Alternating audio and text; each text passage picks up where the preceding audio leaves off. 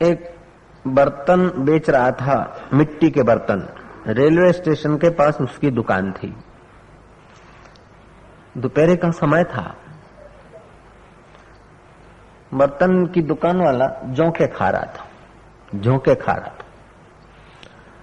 कोई विदेशी यात्री आया, पर्यटक, जगाया, ये क्या कर रहे हो? स्टेशन के पास तुम्हारी दुकान, इतने सुहावने सुंदर बर्तन, ये क्या करते हो तुम?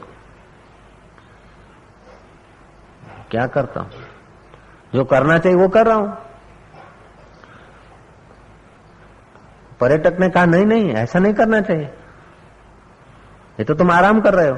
दुकान पे बैठे हो तो जरा आवाज लगाओ, ग्राहकों को बुलाओ कि अच्छी मिट्टी से बने हैं, अच्छी तरह से पकाए गए हैं, इसमें पानी ठंडा होता है, घर की शोभा बढ़ाने वाले खिलौने भी हैं, आदि आदि, इसकी महिमा गाओ। फिर क्या होगा? महिमा गाने के बाद ग्राहकी ज्यादा होगी। बोले फिर क्या होगा? बोले तुम और दुकान खोलोगे। बोले फिर क्या होगा? बोले देश विदेश में भी दुकान खोल सकते हो। बोले फिर क्या होगा? बोले टू मच डॉलर्स, बहुत डॉलर कमा सकते हो। बोले फिर क्या होगा? बोले फिर तुम फैक्ट्री निकाल सकते हो। बोले फिर क्या होगा? तुम फिर स्विट्जरलैंड में अपना बंगला बना सकते हो। और कश्मीर में हाउस बोट ले सकते हो। बोले फिर क्या होगा? बोले तुम आराम कर सकते हो। बोले वो तो मैं कर ही रहा हूं हजूर, वो तो अभी कर रहा हूं, जो मुझे करना चाहिए वो तो मैं कर ही रहा हूं। इतना इतना करने के बाद आराम ही करना है तो वो तो मैं अभी कर रहा हूं। जय जय।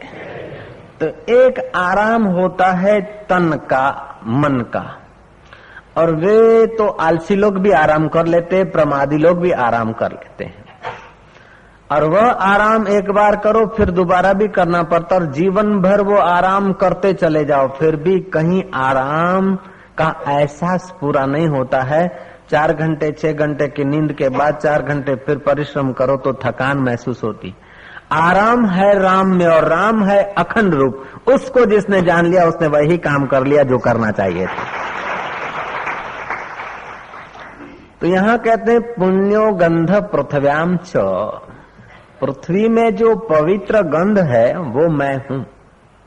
ध्यान से सुनना, सुगंध नहीं कही, दुर्गंध नहीं कही, पवित्र गंध कही। सुगंध कह देते, सुगंध में खतरा है। मैंने बताया था अगले इतवार को कि सुगंधें, बहुत सारी सुगंधें ऐसी हैं जो तुम्हारे अंदर काम को जागृत करती है। स्विट्जरलैंड आदि देशों में इसके विशेषज्ञ हैं, इत्र बनाने के, परफ्यूम बनाने के। उन परफ्यूमों से आदमी की काम वासना जगे, आंदोलन पैदा हो, आदमी की चित्तवृत्ति ऊपर हो तो नीचे आ जाए, काम के केंद्र में आ जाए। प्राय आदमी हृदय में जीता है ज्यादा समय, लेकिन फिर नीचे आ जाए। वे लोग ये भी जानते हैं कि कौन सा परफ्यूम वैश्या के द्वार पर छांटना चाहिए ताकि वैश्या के काम उत्तेजना शांत रहे, लेकिन आने वाले ग्राहक उत्तेजित हो जाए, और जितने अधिक उत्तेजित होंगे उतना वैश्या की कीमत ज्यादा हो जाएगी। तो शादी बारातों में जो गंध वापरी जाती है वो सुगंध तो होती है लेकिन पवित्र नहीं होती। गुलाब में सुगंध है लेकिन ये इतनी पवित्र नहीं है। परफ्यूम में सुगंध है लेकिन ये पवित्र नहीं है। पवित्र सुगंध तो वह है जो कामनाओं से हटाकर तुम्हें राम के तरफ लगा दे। जैसे कबीर है, नानक है, बुद्ध है, महावीर है, ऐसे पुरुषों के शरीर को छूकर जो हवा आती, ऊपर के केंद्रों में जीते हैं, आत्मरामी होकर जीते हैं। ऐसे पुरुषों के नजदीक जाने से हमारा मन पवित्र होने लगता है। कुछ ऐसी गंधें होती है जो आप खिन्न हो जाते हैं, कुछ ऐसी गंधें होती है जो आपके अंदर काम, क्रोध, लालच आदि जग जाती, कुछ ऐसी गंधें होती है कि आपके अंदर बीमारियां बढ़ने लग जाती। कोई शरीर की बीमारी, कोई भी मन की बीमारी, कहीं बुद्धि की बीमारी। और कुछ कुछ ऐसी गंधें होती है, पवित्र गंध ऐसी होती है कि उसमें बीमारियां अलविदा होकर आप जगने के तरफ हो जाते हैं। जैसे प्रभात काल को आप उठकर खुली हवा में जाते हैं, आप उठकर प्रकृति के सुरम्य वातावरण में टहलते हैं, तो आपके अंदर सुषुप्त रोग जो हैं, होने के लिए जो रोग अभी मुंह दिखाने वाले हैं, वे रोग भी भागेंगे और मन का विक्षेप भी कम हो जाएगा। आप बीमार होंगे तो सुबह के समय की जो शुद्ध हवामान, और वह हवामान में कोई तपस्वी, कोई साधु, सच्चा आत्मरामी संत की भी कहीं आती हो, तो फिर आपका मन एकदम ऊर्ध्वगामी हो जाएगा। शरीर के रोग तो मिटेंगे, मन के रोग तो मिटेंगे, जन्म मरण के रोग भी मिट जाएंगे। इसीलिए प्रातः काल, प्रभात काल सुदर्शन करना चाहिए, श्रेष्ठ दर्शन करना चाहिए। इसका बहुत चित्त पर असर पड़ता है। मैंने कई प्रयोग करे, कई बार सुबह प्रयोग कर लिए, अपने हाथ देखे, कई बार मेरी सेवा करने वाले व्यक्ति का ही मुंह देखा आंख खोलकर, कई बार और का देखा, किसी वक्त सूर्य नारायण का देखा। तो जिन जिन दिनों जिन जिन व्यक्तियों का, जिन जिन दिनों जिन जिन देवी देवताओं का, जिन जिन दिनों जिस जिस प्रकार का दर्शन होता है, उस दिन मन और बुद्धि पर उसी प्रकार की सात्विकता, राजसता और तामसता का मुझे महसूस हुआ, अनुभव हुआ। और मुझे ऐसा लगता है कि तुम्हारे पर भी, तुम प्रयोग करो तो तुम्हें भी इसकी सत्यता दिखेगी। और समाज में तो कहावत भी है कि रही जाए आज कोनु मोड़ू जो काखो दाड़ो झगड़ा झगड़ा झगड़ा।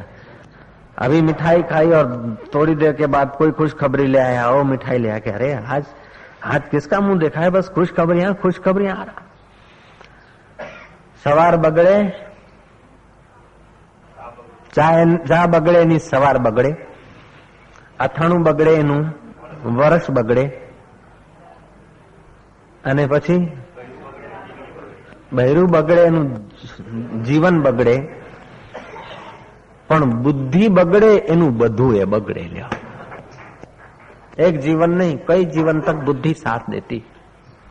ये सामाजिक लेवल तक के सत्य हैं, लेकिन सनातन सत्य तो ये कि बुद्धि बिगड़ी, आदमी का रुपया बिगड़ जाने से उसका इतना नाश नहीं होता है, मित्र बिगड़ जाने से, पार्टी बिगड़ जाने से नाश नहीं होता अपना,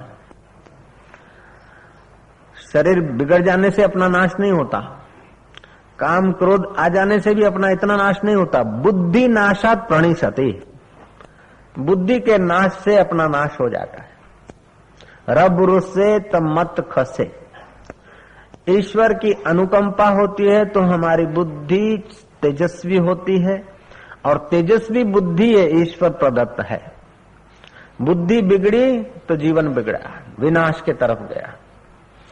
अच्छा, बुद्धि शुद्ध है तो आप विनाश के साधनों में होते हुए भी आप अविनाशी की खबर ले रहे हैं, और बुद्धि दुष्ट है तो आप मंदिर में बैठे हुए, सच्चे सात्विक वातावरण में बैठे हुए भी कभी कभी आप गलत जगह में होते। बुद्धि का बड़ा चमत्कार होता है। और जगत में जितने जितने दुख दिखते हैं, जगत में जितने जितने अत्याचार दिखते हैं, लोकांतर में जितने जितने कष्ट हैं, ये सब प्रज्ञा के दोष से ही आते हैं। ये जन्म मृत्यु भी तो प्रज्ञा के दोष से होता है, बुद्धि के दोष से ही होता है। और वह बुद्धि जो परमात्मा में लगानी चाहिए, वह बुद्धि जो अपने तत्व ज्ञान में लगानी चाहिए, वह बुद्धि जिसको परमात्मा तत्व में आसक्त करनी चाहिए, उस बुद्धि को हमने देह की सुविधाओं में, देह की प्रतिष्ठा में, देह की अनुकूलता में, देह के भोग में बुद्धि को खर्च कर दिया, तो वही बुद्धि